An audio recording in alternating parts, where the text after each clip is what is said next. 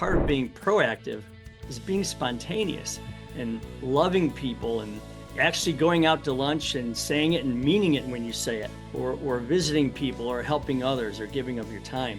So the freedom to do those things is driven by getting rid of some of the junk in your head that prevents you from doing that. Comfort, peace, and freedom is what you should all aspire to. Hey, Uncommon Leaders, welcome back. This is the Uncommon Leader Podcast, and I'm your host, John Gallagher.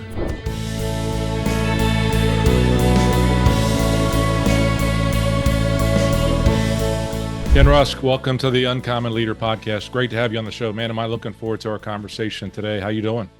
I'm doing great. Thanks for having me. I really appreciate it. Absolutely. We're going to get a chance to talk about your book, Blue Collar Cash, and a little bit more about what you have coming after that as well.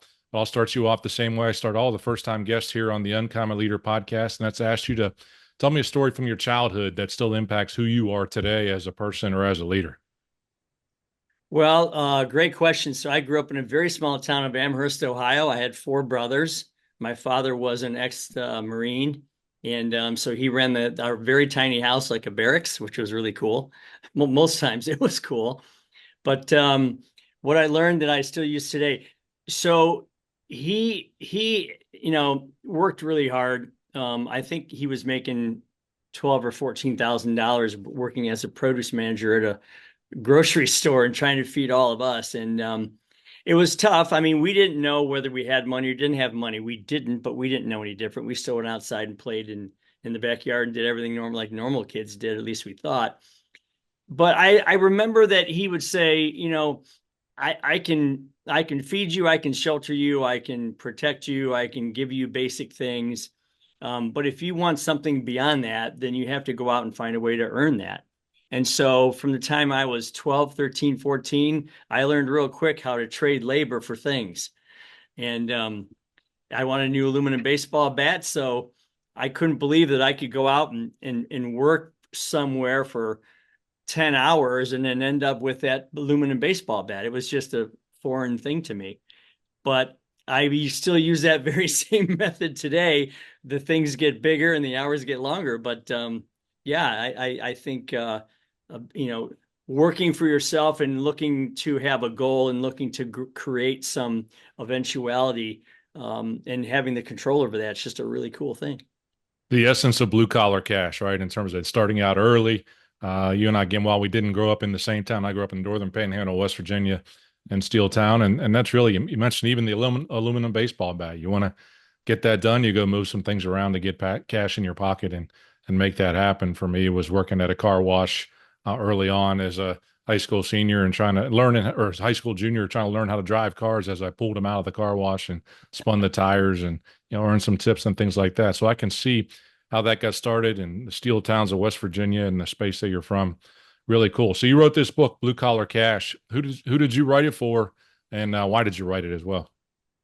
Well, it started out with a pretty challenging situation. So my daughter had cancer when she was 12, and pretty scary 5 years for her and my wife and I. And you have a lot of time when you're sitting around in oncology rooms and waiting rooms, doctors' offices, ultrasound rooms, all those kinds of things. So you just start racking your brain. You just want to give so much to this poor child that you're trying to take care of. And so it started out as a long letter to her. What's important in life? What should you be chasing in life? What have I learned about what you should chase and what you shouldn't chase?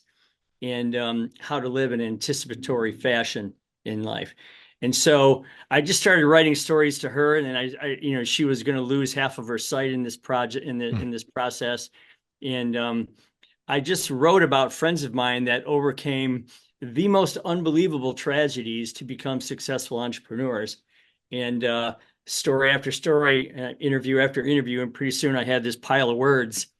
And between that and what I call myself an involunteer life coach here at my office, where I coach a couple hundred people on a daily basis, it kind of just all came together in a weird way, John. And my wife said, "I think you got a book here," and I said, "Well, okay, so here we go." So I just literally filled up 13 legal pads worth of words, and then Googled editors in New York, and one thing led to another. And pretty soon I had an agent and a publisher and all this other stuff. So it's became a bestseller last fall, and couldn't be more thrilled, more grateful, and more happy about that. Love that. And it's good to hear too that continues to move as well. I mean, that's some of the things when you get that first influx in there. And again, we'll talk about some things you're doing in addition toward the end of the podcast today. I want everybody to hang on in terms of some of the new things you got coming out. But I want to jump right into the crux of it, and at least some of what I started to take away from it in terms of the challenges that our economy faces. And again, even going back a little bit, when I think about writing a book or coaching or whatever it is, I often go back to this: we're most powerfully positioned to help the person that we used to be. And I know that that's the person that you're helping go through this, and probably through some of the errors that you made inside this book, but telling in a story format is really cool. But we have a crisis in America today. I don't think if we did this interview 10 years ago, to me, it feels about the same way. But that's, college in America. And you talk about this inside of the book. What's the problem with education and college in America today? Well, first off, there's this perfect storm that happened as I was leaving high school. When I was in high school, and I'm assuming you were at the same time, you could walk down the hallway and look on one side and see someone changing a transmission on a Mustang. You could look over here and see somebody wiring an outlet. You could look over here and see somebody spinning a table leg on a lathe for a dining room table. You had trades. You had people that could do cooking, and you had people that could do hairdressing, whatever. And that's where millions and millions of kids almost accidentally discovered how cool the trades were. And so somehow we decided, let's move the computers out, or the tools out of there, and let's move computers into those rooms, which I never really got, because I know we needed to learn computers. I get it, but why did we have to replace one with the other? Why couldn't we have had both, right? So you have that situation where that's now gone.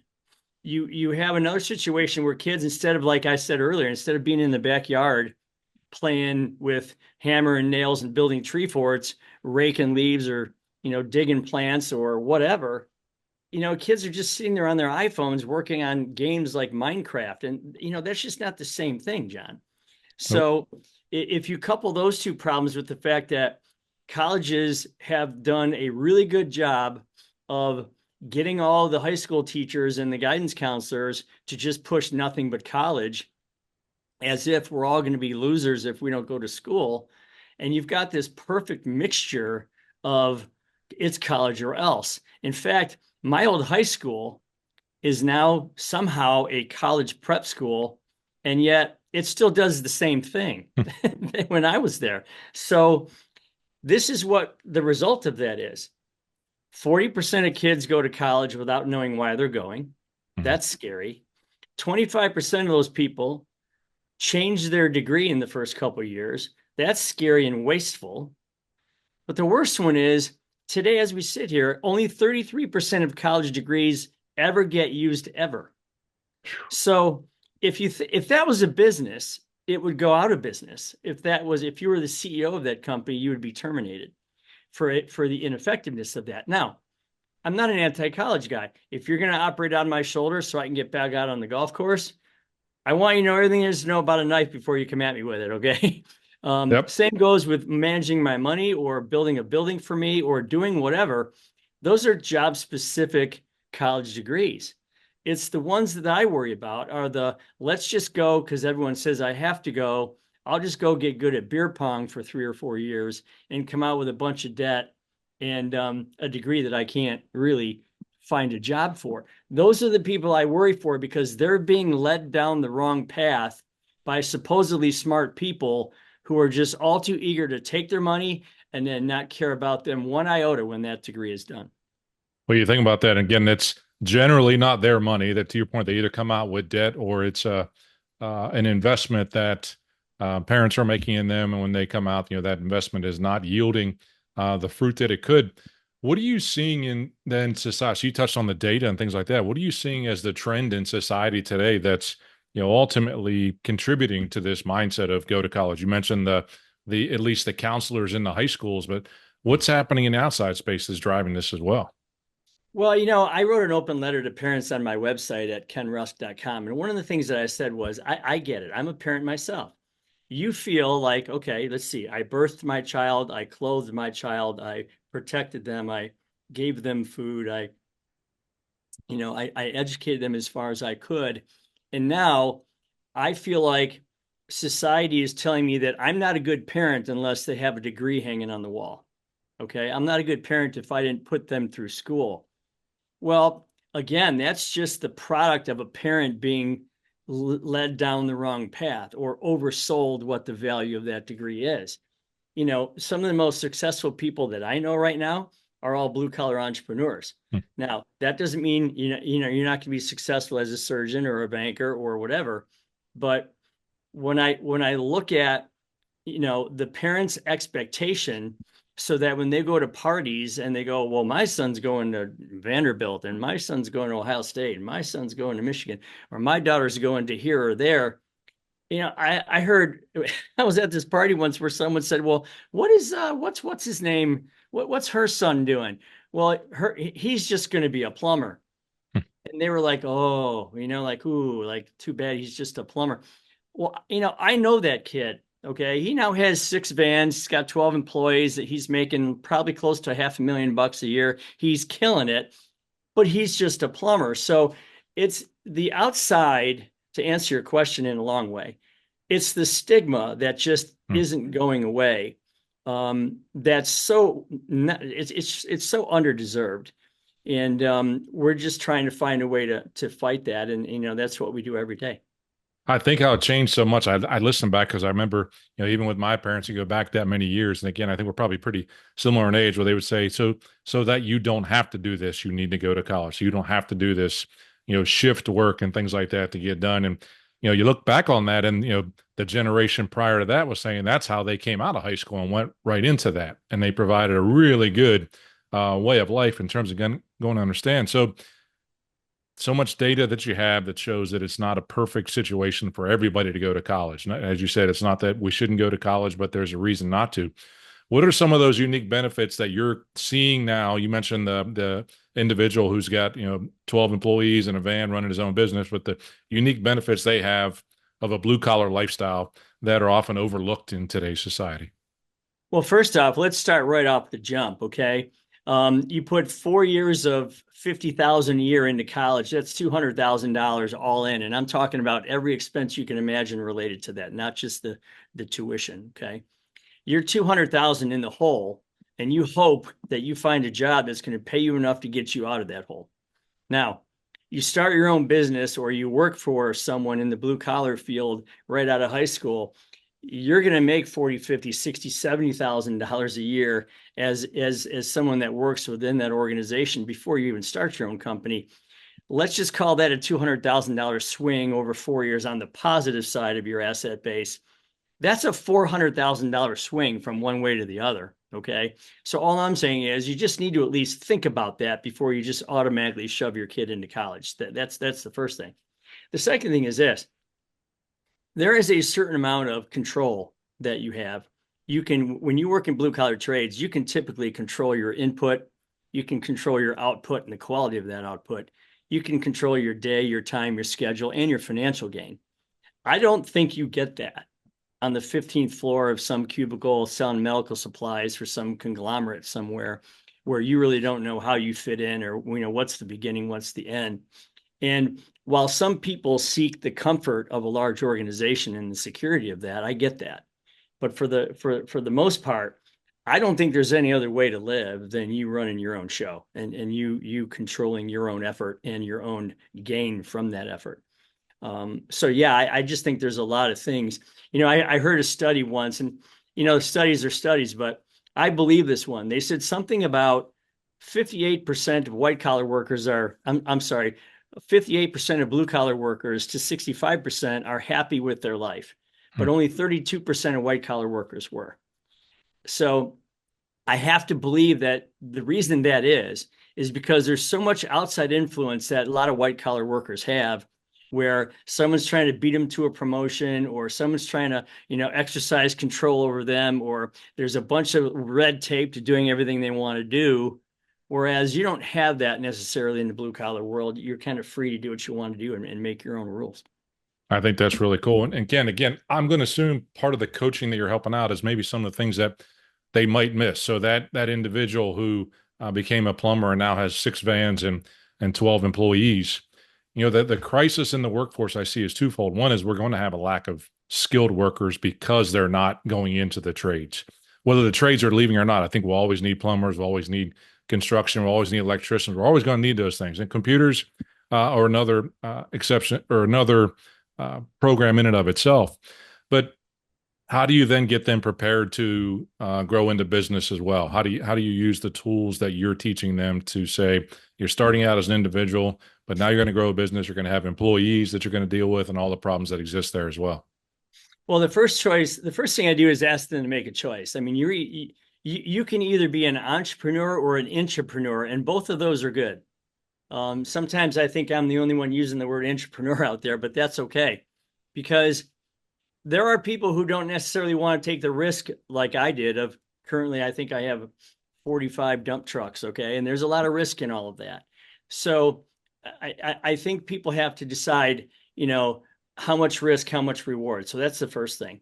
The second thing is I also explore the entrepreneur route because there are so many businesses out there, John, and I mean thousands, where you have a guy that owns it or a gal that owns it, and now they're getting older, they're getting ready for retirement, and they have no one to give these businesses to. Hmm. There's a half a dozen of them that I know that are friends of mine that are making big money, and they have no one to leave these companies to. Nobody wants to step in and take over. So I tell people to look for that as well, because there's an opportunity there for you to go work for somebody 4 or 5 years, learn the ins and outs of that company. And these are thriving businesses with demand and customer lists and everything. And then retire that person, buy them out, take that over, and just hit the ground, not running, but sprinting. So you have to kind of figure out how much of that risk you want to take on. But what drives all that, whether you're an entrepreneur or an entrepreneur, I truly believe that every one of us has the characteristics that we need to become one of those people. Persistence, resilience, courage, faith, initiative, vision, charity, all those kinds of things. I believe we all have that. We just need a reason for those things to come out. So my whole thing whenever I talk about coaching is, well, why are you doing it? Let's start with why. And I know you hear that a lot, but I mean, I want to get damn specific on everything that you want to come into your life, everything that you want to manifest into your life. What do you want your life to look like? Exactly, down to the color, the style, the size, the horsepower, the brand of or the breed of pet, whatever it might be. I want to know exactly why you're doing it, and then we'll match that up with the amount of risk that you want to take. Love that, Ken. And it just actually feeds into one of the questions I wanted to ask you, a concept out of your book that you talked about in terms of being. So you talked about making the decision first. That's the route you want to go. And then you talked about being clear on that vision and what that looks like. And you talk about a 64 Crayola crayon exercise. Tell me a little bit about that exercise that you take folks through. Well, it's some people when they hear about the crayons, they're like, all right, Russ, come on. Crayons, really? I mean, I'm 55 years. I mean, well, but the thing is, the last time you held a crayon in your hand was probably when you were 5, 6 years old, maybe. You were at your most creative point of your life ever. Okay. You had no stressors. You were free to draw inside the lines, outside the lines, create your own lines, whatever you wanted to do. So I kind of try to bring people back to the artistry and the creativity of when they were young. Then what I do is I get them a big poster board, 3x5 poster board. Okay. And I tell them in the center, I want you to draw things that you want to surround yourself in this life. Start with something easy. What kind of pet would you want? Dog, cat? What color would it be? What would you name it? What breed would it be? Then go to something like vacations. If you could design the perfect vacation, let's think about this.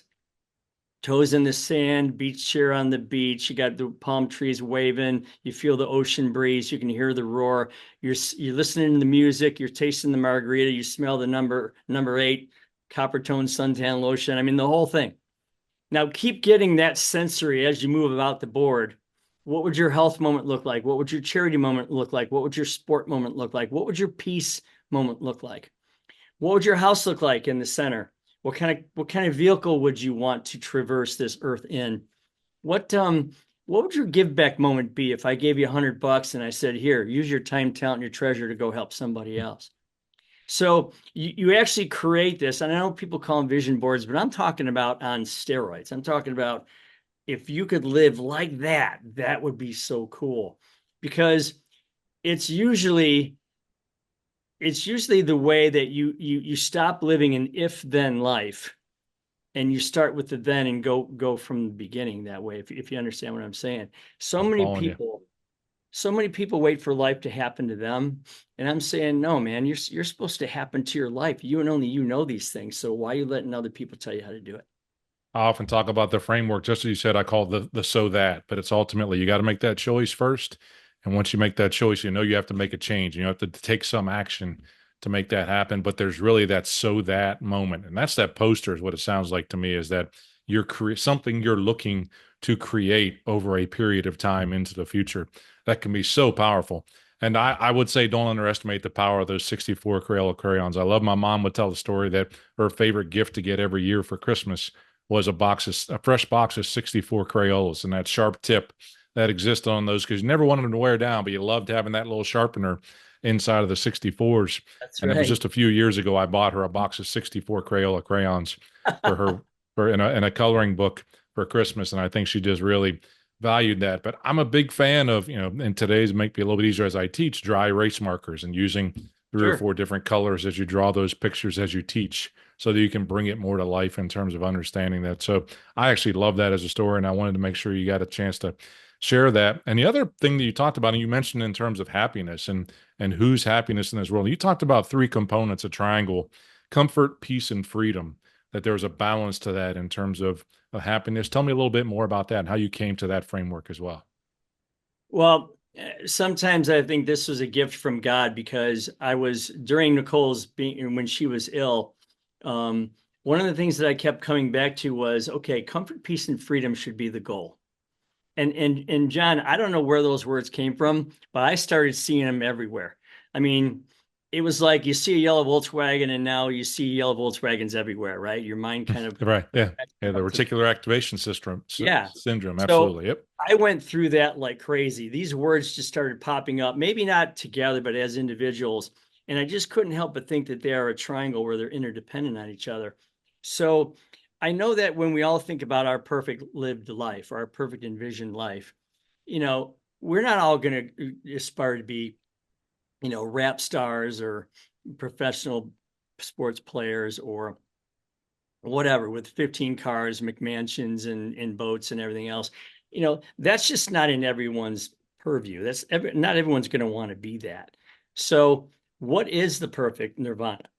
Well, it's you feeling comfortable in who you are as a person, in your skin, being the best possible version of you can be. The hell with everybody else and what they think about that. I think it's once you're comfortable, um, that gives you a certain amount of peace, and peace can be created in a lot of different ways. It could be by being financially free, it could be by being, stress free, it could be by, managing your life, your retirement. There's so many ways to have your retirement booked, done, and over by the time you're 22 years old. So you don't have to think about it. That you arrange your life in such a way where now you have that comfort and who you are, you have that peace of knowing where you're headed. And those two things, John, will give you this enormous amount of freedom to do things like being spontaneous, which I think is one of the most underused words in the Hmm. English language because we're also overly scheduled with everything that we do. And we're also reactionary. We react to all the stimulus that comes at us constantly, that we lose sight of the fact that we should be proacting in life. And part of being proactive is being spontaneous and loving people and, actually going out to lunch and saying it and meaning it when you say it, or visiting people or helping others or giving of your time. So the freedom to do those things is driven by getting rid of some of the junk in your head that prevents you from doing that. And so comfort, peace, and freedom, I'm saying, three chapters in 5 minutes, but comfort, peace, and freedom is what you should all aspire to. Your perfect nirvana is in your head. You just have to get it from your head down on paper and then stare at it, because Tony Robbins, you know him, and his son Jarek Robbins, they have a method that proves that it's scientific, that the more you stare at something, the more those little neurotransmitters Hmm. build solid bridges of thought in your mind, to the point where your brain is now convinced that it actually owns those things, and then kicks your body involuntarily into the pursuit of those things until they show up in your life. Which, if that's true, why are we not using the most powerful part of our brain? And moreover, why are we not teaching that in school? Hmm. Oh my goodness.